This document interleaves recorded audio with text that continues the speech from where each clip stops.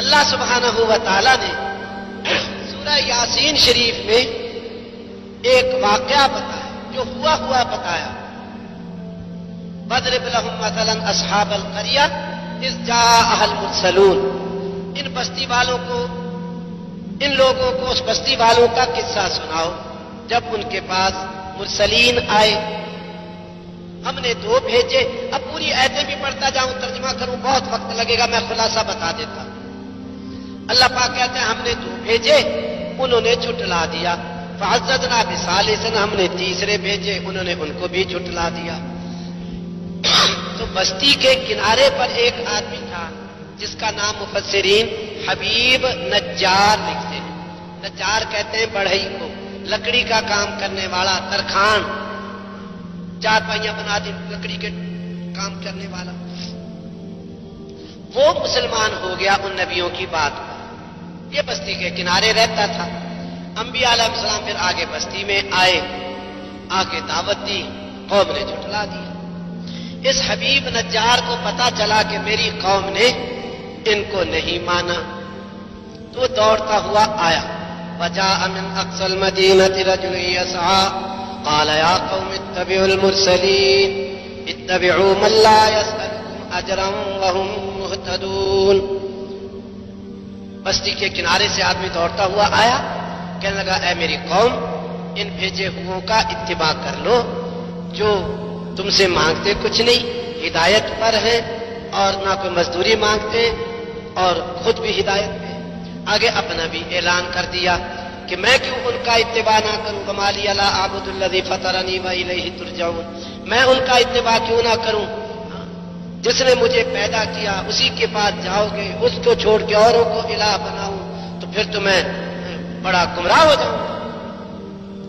خیر، لمبا بیان کیا. قوم نے اس آدمی کو، حبیب نجار کو قتل کر دیا، شہید کر دیا. تو آگے قرآن پاک کیا کہتا ہے؟ قیل ادخل الجنہ، کہا گیا کہ جنت میں داخل ہو جا. قال یا لیت قومی یعلمون، کہنے لگا ہے کاش میری قوم جان لے. بما غفر لی ربی وجعلنی من المکرمین، اللہ نے مجھے بخش دیا، میرا بڑا اعزاز و اکرام کیا. اب سوچنے والی بات یہ ہے، یہ نبی نہیں ہے. نبیوں کا نائب بن کر ساری دنیا میں دین پھیلانا، یہ اس کے سامنے نہیں. اپنی قوم کو کہہ رہا، اسی قوم کی طرح نبی بھیجے گئے تھے، نبیوں کی تائید میں اس نے کلمات کہے. اللہ سبحانہ و تعالی کو اس کے کہے ہوئے کلمات اتنے پسند آئے کہ آخری نبی پر آخری کتاب، اس کا دل سورہ یاسین، اس میں اس حبیب نجار کے کلمات کا ذکر کر دیا تاکہ قیامت تک لوگ پڑھتے رہیں. اور رسول پاک صلی اللہ علیہ وسلم نے ہر روز سورہ یاسین شریف صبح کو پڑھنے کی ترغیب دے دی کہ روز پڑھا کرو اور یاد کیا کرو کیسے اس اللہ کے بندے نے انبیاء کی تائید کی تھی اور کیسے پھر اللہ پاک نے ان کا اعزاز کیا، ان کو مکرم و محترم بنایا، ان کو جنت میں، اس کو حبیب نجار کو کیسے جنت میں داخل کر دیا. اور سنو، فرعون نے کہا کہ مجھے چھوڑو، میں موسیٰ علیہ السلام کو قتل کرتا. قال فرعون ذرونی اقتل موسیٰ ولیدع ربہ انی اخاف ان یبدل دینکم او ان یظہر فی الارض الفساد. میرا خیال ہے کہ یہ دین بدل دے گا، تمہارا فساد مچائے گا، اس لیے چھوڑو کہ میں موسیٰ علیہ السلام کو قتل کرتا ہوں. یہ فرعون نے کہے کلمات. تو آگے فرعونی قوم کا ایک آدمی تھا، ایمان اس کا کمزور تھا، ایمان چھپایا ہوا تھا، وہ بھی اس مجلس میں بیٹھا تھا. ایمان تو آخر ایمان ہی ہے. اب ایمان چمک پڑا، روشن ہو گیا، کہنے لگا، بول پڑا، اپنی ایمان چھپ سکا. تو قرآن پاک نے تو اس کے بیان، اس نے کیا کہا، تقریباً 2 رکوعوں کے اندر اس کا بیان کیا، ایک ورقہ خرچ کر دیا. میں اس میں بیچ بیچ میں کچھ آیتیں پڑھ دیتا ہوں، اب سارے آیتیں بھی پڑھوں اور ترجمہ بھی کروں، بہت وقت لگے گا. وقال رجل مؤمن من آل فرعون يكتم إيمانه ایک مرد جو آلے فرعون کا آدمی تھا، ایمان چھپایا تھا، کہنے لگا اتقتلون رجلا ان یقول ربی اللہ، کیا تم اس آدمی کو قتل کرتے ہو جو کہتا ہے میرا رب اللہ ہے؟ وقد جاءکم بالبینات، اور تمہارے پاس نشانیاں اور معجزے بھی لایا ہے، اس کو قتل کرتے ہو اس جرم پہ وہ کہتا ہے میرا رب اللہ ہے۔ آگے چل کے کہتا ہے یا قوم لکم الملک اليوم ظاہرین فی الارض، اے قوم آج تمہارے پاس ملک اور غلبہ ہے، فمن ینصرنا من بأس اللہ ان جاءنا، اگر اللہ کا عذاب آ گیا تو پھر کون بچائے گا؟ آگے چل کے کہتا ہے یا قوم انی اخاف علیکم مثل یوم الاحزاب، اے میری قوم جیسے احزاب والوں پہ عذاب آیا تھا مجھے ڈر ہے کہ تمہارے اوپر بھی ایسا عذاب نہ آ جائے۔ آگے چل کے کہتا ہے یا قوم انی اخاف علیکم یوم التناد، اے قوم میں ڈرتا ہوں جس دن چیخ پکار ہوگی، اس دن کیا بنے گا؟ آگے چل کے کہتا ہے یا قوم اتبعونی اہدکم سبیل الرشاد، اے میری قوم میری بات مان لو، میں تمہیں ہدایت کی بات کہتا ہوں۔ آگے چل کے کہتا ہے یا قوم مالی ادعوکم الی النجات وتدعوننی الی النار، اے میری قوم میں تمہیں نجات کی طرف بلاتا ہوں، تم آگ کی طرف بلاتے ہو۔ آگے چل کے کہتا ہے یا قوم انما هذه الحیات الدنیا متاع وان الاخرۃ ہی دار القرار، اے میری قوم یہ دنیا کی زندگی تھوڑے دنوں کی ہے، تھوڑی منفعت، تھوڑا نفع، اور آخرت ہے دار القرار۔ اللہ، اب سن لو اللہ سبحانہ و تعالی اس مرد مومن کا جس نے ایمان چھپایا تھا، فرعونی قوم کا آدمی تھا، نبی نہیں، نبیوں کی اولاد یعنی بنی اسرائیل کا آدمی نہیں، بس صرف نبی کی تائید میں کلمات کہتا ہے۔ اللہ پاک کو وہ پسند آئے کلمات کہ آخری نبی پر آخری کتاب اتاری، اس میں سورہ مومن آدھے پارے کی سورت اس قبطی قوم کے آدمی، فرعونی قوم کے آدمی کے نام کی سورت اتاری، اس میں ایک ورق خرچ کر دیا، اس کا بیان اللہ پاک سنا رہا۔ کس قدر سعادت کی بات۔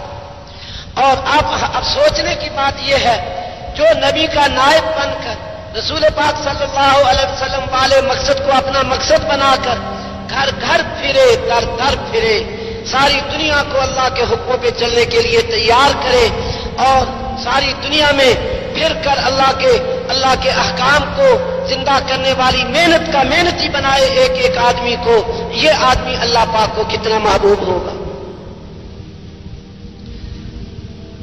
اور سن، فیصلے آپ نے کرنے ہیں، فیصلہ تو ہر آدمی اپنا ہی کرے گا، ہر آدمی اپنا خود مکلف ہے۔ بھائی خود سوچے کہ ٹھکریوں پہ جان لگانی ہے یا نبی کا نائب بن کر ساری دنیا میں پھرے۔ رسول پاک صلی اللہ علیہ وسلم کی زبان مبارک سے 3 آدمیوں کے صدیق ہونے کی خوشخبری ہے، جیسے 10 آدمیوں کو جنتی ہونے کا ان کا نام لے کر، نام زد کر کے، ویسے تو سارے صحابہ علی العموم جنتی، لیکن 10 کا تو نام لے کر، ابو بکر فی الجنہ، عمر فی الجنہ، عثمان فی الجنہ، علی فی الجنہ، طلحہ زبیر فی الجنہ، سعد سعید فی الجنہ، عبد الرحمن فی الجنہ، ابو عبیدہ فی الجنہ رضی اللہ عنہم اجمعین، نام لے کے بتایا۔ 7 قسم کے آدمی وہ ہیں جن کو اللہ سبحانہ و تعالی اپنے سائے میں یعنی اپنے عرش کے سائے میں جگہ دے گا، جس دن اس کے عرش کے سوا کوئی سایہ نہ ہوگا۔ امام عادل بادشاہ جو اپنے عدل کے سائے میں لاکھوں کو سلائے، وہ اللہ کے اس کا سایہ کیوں نہ پائے؟ بادشاہوں کو تو بہت موقع ہے۔ سب سے پہلے نمبر پہ اللہ کے نبی نے گنوایا بادشاہوں، عادل بادشاہ اللہ کے عرش کا سایہ پائے۔ دوسرے نمبر پر بشاب نشا فی عبادت اللہ، جو اللہ کی عبادت میں جوانی، جس کی جوانی گزرے۔ اب سوچنا یہ ہے جو اپنی جوانی اللہ کی عبادت میں گزارے، اللہ کے عرش کا سایہ پائے، جو نبی کا نائب بن کر خود بھی جوانی اللہ کی عبادت میں گزارے، اور گھر گھر جا کر وہ محنت اٹھائے، ہر آدمی کو نیابت کا احساس دلوائے، ہر آدمی کو پوری دنیا میں پھرنے والا بنائے، اس کو اللہ کے عرش کے ساتھ ساتھ اور کیا کچھ ملے گا یہ خود ہی اندازہ لگا۔ وَرَجُلٌ قَلْبُهُ مُعَلَّقٌ بِالْمَسْجِدِ، جس کا دل مسجد میں اٹکا رہے اللہ کے عرش کا سایہ پائے، جو ہزاروں لاکھوں پہ محنت کر کے، جس کی محنت سے ہزاروں آدمی تیار ہوں جن کا دل مسجد میں اٹکا رہا، تو یہ اللہ کے عرش کے سائے کے ساتھ اور کیا پائے گا یہ آپ اندازے خود ہی لگاتے جاؤ، میں اشارے کرتا جاؤں۔ وَرَجُلَانِ تَحَابَّا فِي اللَّهِ اجتمعا علیہ وتفرقا علیہ، دو مرد جو آپس میں اللہ کے لیے محبت کرتے ہوں، ان کا جمع ہونا بھی اللہ کے لیے، ان کی جدائی بھی اللہ کے لیے، اللہ کے عرش کا سایہ پائیں۔ جو ہزاروں کو اللہ کے لیے جمع کرے اور پھر جماعتیں بنا بنا کے ہزاروں کو اللہ کے راستے میں پھیلائیں، مشرق مغرب شمال جنوب، ان کو اللہ کے عرش کا سایہ ملے، اور اس کے ساتھ اور کیا ملے گا یہ آپ خود اندازہ لگائیں۔ اور وہ آدمی جو دائیں ہاتھ سے صدقہ دے، تصدق بصدقۃ فاخفاها، اس کو مخفی رکھے، حتی لا تعلم شمالہ ما تنفق یمینہ، بائیں ہاتھ کو پتہ نہ چلے کہ دائیں نے کیا دیا، اللہ کے عرش کا سایہ پائے۔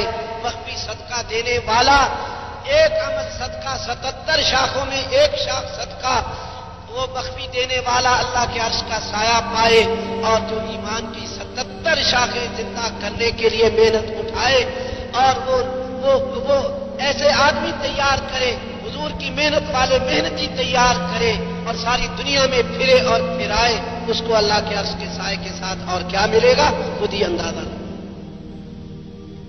وہ آدمی جس کو حسین و جمیل عورت برائی کی دعوت دے، وہ کہے انی اخاف اللہ، عرش کا سایہ پائے، اور جو ہزاروں لاکھوں کی عفت اور پاک دامنی کا ذریعہ بن جائے، اس کو اللہ پاک عرش کے سائے کے ساتھ اور کیا دے گا۔ وہ آدمی جو تنہائی میں اللہ کو یاد کرے اور روئے اور آنسو بہنے لگے، اللہ کے عرش کا سایہ پائے، اور یہ ذکر کرنا 77 شاخوں میں ایک شاخ ہے، جو ایک شاخ پہ عمل کرے عرش کا سایہ پائے، جو 77 شاخیں زندہ کرنے کا ذریعہ بنے، وہ کیا پائے گا اللہ کے ہاں سے یہ خود ہی اندازے کر۔ میں نے تو صرف ایک سوچنے کے لیے کچھ راستے عرض کر دیے۔ اسی طرح ساری حدیثوں کو سوچتے رہو، جب ایک جزوی چیز پر وہ عطائیں ہیں، تو اس پورے دین کی محنت اور پورے دین کو لے کے چلنا، اس پہ اللہ سبحانہ و تعالیٰ کیا کچھ عطا کرے گا، جو نبی کا نائب بن کر گھر گھر پھرے۔